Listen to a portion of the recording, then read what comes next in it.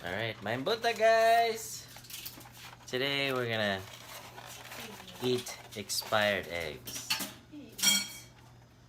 See? Expired sa January 14. And of course, nagtan na ta sa YouTube kung saan pagkabaw. Fresh pa ba ang itlog? It's not really scientific. Pero, yun ang YouTube inanaw ko, no? So you throw them in a pan or kanang murag kaldero nya ibutan nimo sila sa tubig nya kung mo-float nindot ko na siya Fresh. and not dili necessarily fresh pero for simplicity's sake good ko na siya ng egg so atong suwayan tanan nato di ba ta masakit pait di ba siya baho muna na siya imo sa ablihan dili ni siya mao dili man mo smell ang egg kung hindi pa nimo bukon. Alright, so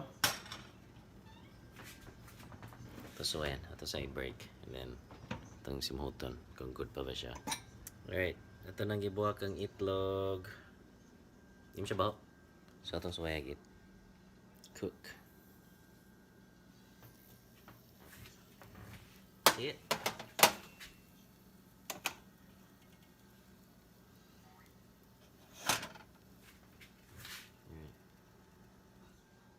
So far so good. So naman sila nga ang dili mo lutaw kay bad nga egg so mo atong bukon and see if baho ba gyud siya and you know if it smells different compared sa itlog nga nilutaw. Okay. So, based sa yung tanaw lang mo, pareho man siya sa katong itlog nga ni float. Para siya sa katong itlog nga ni float. So, ito si Muta nung pareho pagbaho.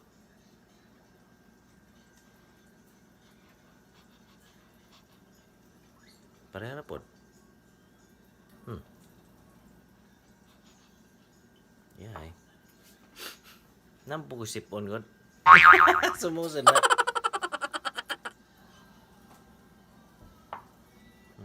Itong kanon? So, ito kanon? Yan yung gluto sa nimo. Yan yung siya different compared sa compared sa regular. Alright.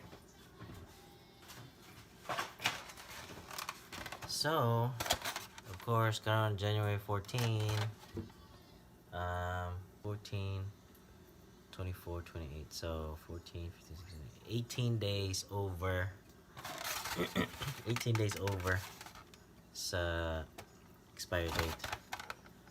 And this is a Harris Teeter egg. Oh. Alright. So, para na maglami. Expired date. Para sa baho. Problema, masakit ko.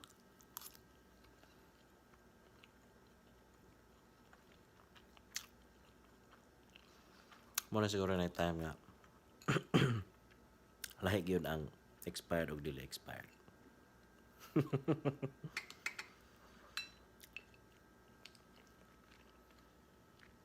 And kung naka-choice ay nalang ka na po. Palit na lang ka fresh. Ang gikan sa lubot sa manok. Bago pag yung gawas ba? Init-init ba? Bago pang ite.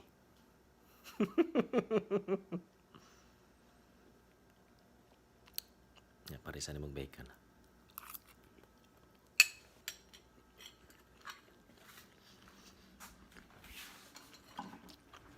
Parisa ni mag-bacon ka keto diet maka.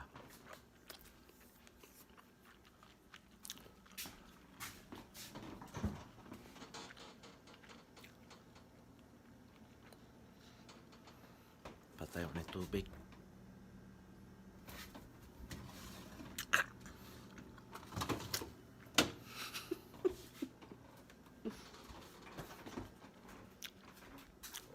Ano yung tubig ah? Dapat yung tubig ah.